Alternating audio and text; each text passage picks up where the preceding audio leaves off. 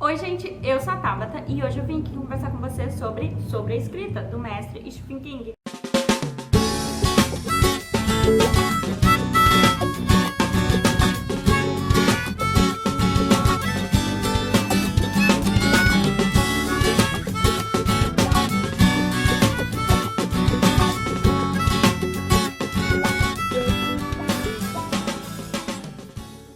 Antes de começar a falar da obra, eu quero mandar um beijo especial para Page Group Stephen King.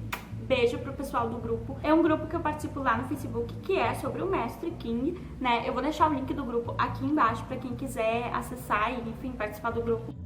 É um grupo muito bacana porque o pessoal posta muitas coisas legais sobre vida e obra do autor. Então esse vídeo é dedicado a eles. Espero que vocês gostem, pessoal. Então, pessoal, desde que eu tinha postado nas minhas leituras de mês de agosto, eu acho que eu tinha lido esse livro, as pessoas vieram, Tabata, faz uma resenha, Tabata, faz um vídeo, Tabata, dá tua opinião. Porque quem me acompanha aqui no canal sabe que eu sou um pouco suspeita pra falar, porque o Stephen King é um dos meus autores preferidos da vida, né? Eu gosto muito, muito, muito dele.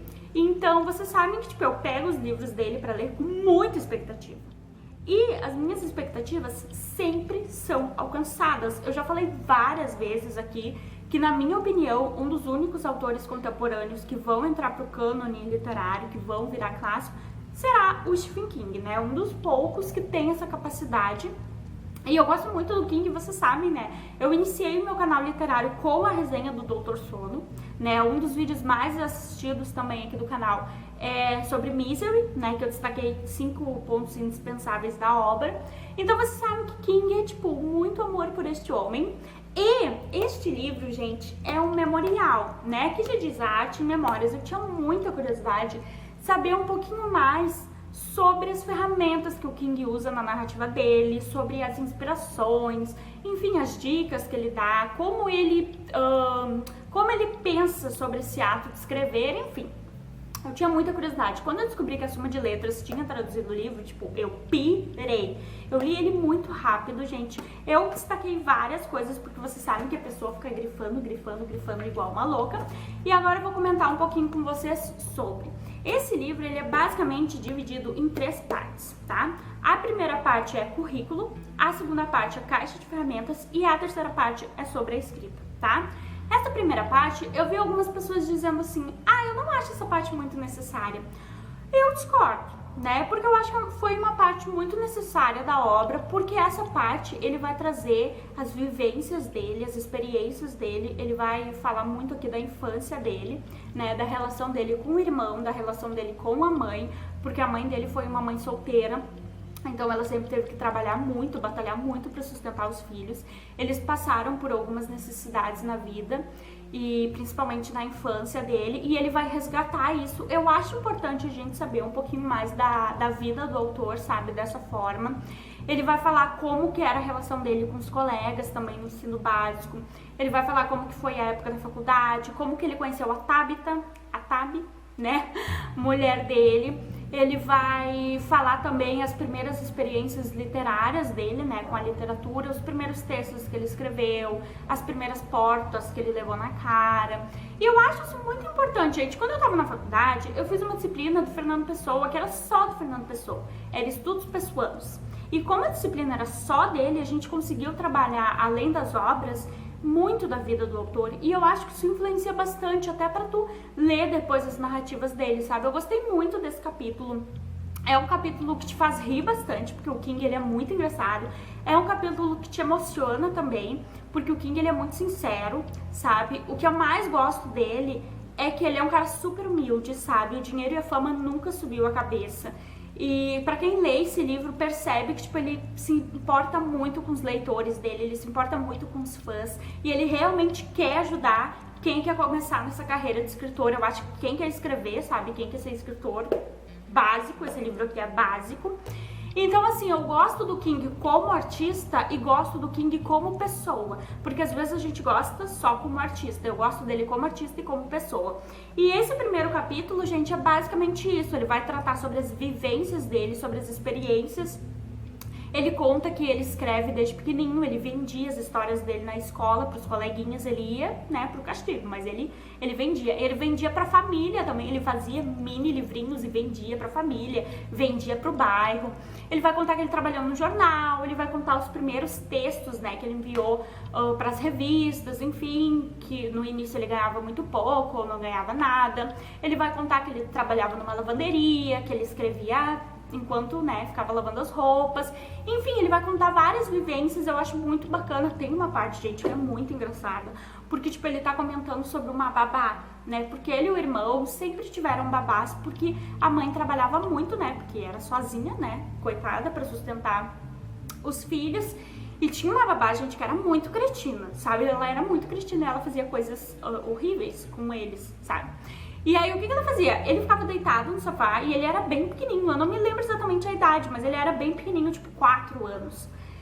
E aí, ela sentava com a bunda na cara dele e ficava soltando vários puns, sabe? Só que ele conta isso de uma forma tão engraçada, porque ele fala meio que aquela babá não sabe, mas ela me preparou pra vida. Porque depois que tu atura uma babá de 90 quilos na tua cara peidando, não tem crítica literária que te derrube. Gente, sério, eu ria muito. Porque quem é fã do King e acompanha ele sabe que a crítica literária vive, né, pegando no pé do coitado. Harold Bloom e Companhia Limitada. E, enfim, ele já levou várias portas na cara. A crítica literária especializada no início da carreira falou: ah, tu não vai ser ninguém, sabe? Tu escreve mal, tu não tem valor estético, aquela coisa toda. Mas, sério, gente, eu achei muito engraçada essa cena, dentre outras também. Então, eu achei essa primeira parte bem bacana. E eu gostei muito da forma como ele finalizou a primeira parte. Eu vou ler o trecho pra vocês, tá? Que é a parte que finaliza... que é a parte que finaliza o primeiro capítulo, que é essa currículo, que diz assim: não estou pedindo que você comece com reverência ou sem questionamentos. Não estou pedindo que você seja politicamente correto ou deixe de lado o seu senso de humor. Deus queira que você tenha um. Isso não é concurso de popularidade, nem os Jogos Olímpicos da moral, nem a igreja.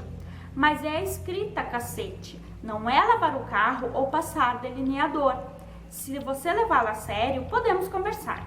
Se você não puder ou não quiser, é hora de fechar o livro e ir fazer outra coisa. Lavar o carro, talvez. Eu gosto muito do sarcasmo, da ironia, né, do humor do King. Acho que ele finalizou muito bem esse capítulo. Eu dava risadas, pensava, esse é o Stephen King, sabe? Então eu gostei muito desse capítulo, acho sim que ele é muito importante pra gente conhecer um pouquinho mais das vivências e experiências do autor. O segundo capítulo é o capítulo Caixa de Ferramentas, que é o meu capítulo preferido. Não sei se é meu preferido, mas eu gostei muito. Teve gente que disse que também não era necessário esse capítulo, porque ele vai tratar basicamente da questão da gramática, tá? Da questão linguística, e ele vai dizer que pra tu escrever bem e pra tu ser um bom escritor, tu tem que dominar a tua língua. Gente, isso é tipo óbvio, sabe? Eu achei interessante porque geralmente quando a gente pega esses livros de escrever, né, do ato de escrever, não tem essa parte da questão gramatical, do domínio da língua, e isso é muito importante. O Stephen King, tipo, esse capítulo é um pouco mais sistemático, né, porque ele deu uma de professor aqui. Quem conhece a carreira dele sabe que antes, né, de ficar famoso, ele, não vou dizer antes de ser escritor, porque ele é escritor desde pequenininho, mas ele era professor de língua inglesa, né, ele é formado em letras e ele era professor. E assim, gente, eu achei muito importante esse capítulo, porque a gente não costuma ver isso nesses livros memoriais. E eu acho assim, eu super concordo com ele. Se tu quer ser um bom escritor, tu tem que dominar a tua língua, inclusive a gramática, né? Porque isso faz muita diferença. E ele exemplifica muito bem, porque o King, ele simplesmente não fala, ele exemplifica. Então ele exemplifica com frases, por exemplo, ele diz que não é legal tu usar advérbios na tua narrativa. E ele exemplifica mostrando o porquê que não fica legal. E ele também te dá outras opções, tipo, não coloca advérbio, troca por tal coisa, sabe? Tipo, muito professor, sabe? Sério, eu gostei muito desse capítulo. E eu acho assim, gente, que é importante. E alguma pessoa pode pensar assim: ai, mas os grandes escritores da literatura não eram formados em letras. Ou se eram formados em alguma coisa, eram tipo formados em direito, em medicina, em filosofia, não eram formados em letras. Sim, gente, realmente os grandes escritores da história da literatura não eram formados em letras, mas eles buscaram por esse conhecimento. Eles não tinham o diploma ali, o papelzinho dizendo formado em letras. Mas eles buscaram, o Mário Quintana não era formado em letras, mas ele era tradutor, né? Se ele era tradutor, ele dominava tanto a língua dele como as que ele traduziu, né? O Drummond era farmacêutico, se eu não me engano, não era formado em letras, mas ele conhecia a teoria literária, as teorias da linguística, as teorias da aquisição da linguagem, enfim, os grandes autores não eram formados em letras, mas eles buscavam por esse conhecimento. O Stephen King, em determinado momento aqui, ele diz: te aconselho, se tu quer escrever bem, se tu quer ser um bom escritor, te matricula num curso de letras. Eu concordo com ele, gente. Faz diferença, porque faz diferença tu dominar a tua língua, sabe?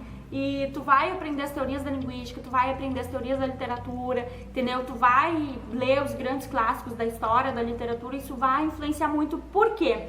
Porque tu pode simplesmente não saber a nomenclatura, digamos assim, daquela teoria. Por exemplo, que eu até vou citar depois, em média res. Quando um livro começa em média res, significa que ele começa do fim para o início. Ok, tu pode não saber. Tu pega um livro e diz: ai, que legal, esse livro começa do fim para o início, vou usar isso na minha narrativa.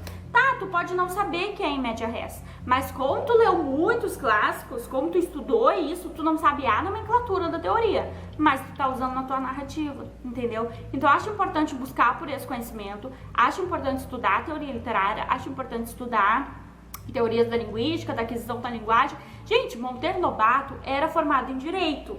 Por que vocês acham que ele revolucionou a literatura infantil? Porque ele sabia tudo da aquisição da linguagem, gente, entendeu? Então, assim, ó, achei esse capítulo super pertinente. Por isso que foi meu preferido. Não porque eu sou formada em letras, mas eu acho que ele, assim, ó, arrasou muito nesse capítulo. Muito mesmo. E ele finalizou o capítulo, gente, de uma forma muito legal. Ele diz assim: no nível mais básico, estamos apenas discutindo uma habilidade aprendida, mas acho que concordamos que mesmo as habilidades mais básicas podem criar coisas muito além de nossas expectativas, né? Ele fala essa questão, gente, ele fala até dos verbos dissende. Tem gente que é formada em letras e não sabe o que é verbo dissende. Para vocês terem uma noção, o King, ele continuou estudando, ele continuou se atualizando, né? Ele não dá mais aula, ele não é mais professor, assim, atuante. Mas ele continua estudando, eu acho, sério, isso muito incrível, sabe? E aí ele continua: estamos falando de ferramentas e carpintaria, palavras e estilo, mas à medida que avançarmos, você fará bem se não esquecer que também estamos falando de mágica. Então ele traz essa questão sistemática, ele traz essa questão prática, né, da linguística, enfim, da gramática, mas ele também diz: é mágica, gente, literatura é mágica, sabe? Ai, ele é muito lindo. Tá, mas enfim, e a última parte é sobre a escrita, pra finalizar pra vocês. Essa parte também é muito bacana, que vai, né, sobre a escrita, tratar basicamente das dicas que ele dá para novos autores, de como ele escreve, as metas que ele coloca no dia. Tipo, eu escrevo 1000 palavras por dia. E ele vai falando exatamente como que ele faz isso. Ele fala também as questões que influenciam numa narrativa. Eu vou ler aqui pra vocês, gente, um trecho que eu achei muito interessante, que tá nesse capítulo sobre a escrita, que diz assim: o uso da metáfora e de outras figuras de linguagem é uma das grandes delícias da ficção, na escrita e na leitura também. Quando acerta o alvo, uma metáfora nos agrada tanto quanto encontrar um velho amigo em meio a uma multidão de desconhecidos. Então, nesse capítulo sobre a escrita, ele vai dar exatamente as dicas para tu te tornar um grande escritor, as dicas para tua narrativa ficar bacana, sabe? Ficar uma boa narrativa. Uma coisa que ele frisa a todo momento é: se tu quer escrever bem, tu tem que ler muito, tá? Se tu quer ser um bom escritor, tu tens que ser um bom leitor, sabe? Tu tem que ler, sim, os clássicos da literatura. Tudo bem, tu, né, não vou dizer que tu não possa ser um escritor se tu só ler, sei lá, John Green, tá, ok. Mas tu tem que ter essa bagagem literária, porque isso influencia muito. Como é que tu quer adentrar a literatura se tu não tem nenhuma bagagem, sabe? Porque daí, como é que tu vai utilizar as coisas na tua narrativa? Ele trata basicamente disso, dá dicas também, fala como que ele cria, né, as narrativas dele, o que influencia, por exemplo, acho que se eu colocar essa ferramenta aqui vai ficar mais legal. Esse é um livro de não ficção, tá? Esse é um livro de suspense, tá? Esse é um livro aterrorizante, tá? Sabe? Esse capítulo é bacana nesse sentido, sabe? É muito, muito, muito incrível mesmo. Depois, gente, tem mais um capítulo pequenininho que é sobre a vida, que ele vai falar do acidente que ele teve, né, na década de 90, não me lembro exatamente bem, que um furgão atropelou ele e ele quase morreu, tipo, quase morreu mesmo. O médico disse, olha, tu sobreviveu porque tem alguém lá em cima que gosta muito de ti. Então ele vai contar essa experiência porque isso aconteceu com ele quando ele estava escrevendo esse livro, né? Então ele parou por um tempo, porque ele ficou alguns meses se recuperando e tal, aí depois ele voltou e finalizou esse livro, e aí ele vai contar dessa experiência. Enfim, tem muitas coisas bacanas também, depois ele exemplifica uma narrativa aqui dele, com as coisas que ele corta, porque ele diz, tu tem que escrever primeiro o rascunho, e depois tu tem que escrever de novo, tu tem que reescrever. E a tua reescrita sempre tem que ser menor do que, né, a escrita, o primeiro texto. E no finalzinho, gente, ele ainda coloca uma listagem de livros que ele indica, né, para serem lidos, que ele gosta muito, e 2 listagens, na verdade, que ele indica. Aí aqui tem clássicos da literatura, tem autores contemporâneos, ele cita Neil Gaiman, ele cita J.K. Rowling, enfim, gente, ao longo do livro ele também cita grandes autores e diz o porquê que ele gosta. Também não fala só, tipo assim, morro de amores por tal autor. Por exemplo, ele fala muito do Lovecraft. Ele diz que o Lovecraft é uma das maiores inspirações dele. Talvez seja mais até do que Edgar Allan Poe. Só que num determinado momento ele diz, tem uma coisa que o Lovecraft fala ali na narrativa dele que ele não sabe. Tipo, ele erra feio, sabe? Ele é ótimo em criar histórias de terror, mas ele peca nisso, sabe? Então, ele... tem uma coisa que eu não posso deixar de falar pra vocês, porque vocês dizem assim, Tabata, tu fica só concordando com o Stephen King, tu só fala que ele é mestre. Teve uma parte, gente, que ele fala assim, não gosto de quem começa em média res. Acho que quem usa em média res na sua narrativa, que é do fim pro início, deixa a narrativa mais fraca, deixa a narrativa mais pobre. Não gosto. Aí quando eu li essa frase eu pensei, peraí, King, no Escuridão Total Sem Estrelas do primeiro conto, 1922, tu começa em média res. Aí eu continuei lendo o parágrafo e ele diz, mas é óbvio que eu erro. E eu já usei isso na minha narrativa. Da mesma forma que eu estou dizendo aqui para vocês eliminarem os advérbios das frases, óbvio que às vezes eu não tenho opção e acabo colocando algum advérbio. Então eu gostei muito, assim, ó, ele é mestre. Leia um livro, assim, porque o Stephen King, sério, gente, ele arrasa demais. E eu queria falar mais um monte de coisa, mas o vídeo já tá enorme, então eu vou finalizar aqui. Espero que vocês tenham gostado.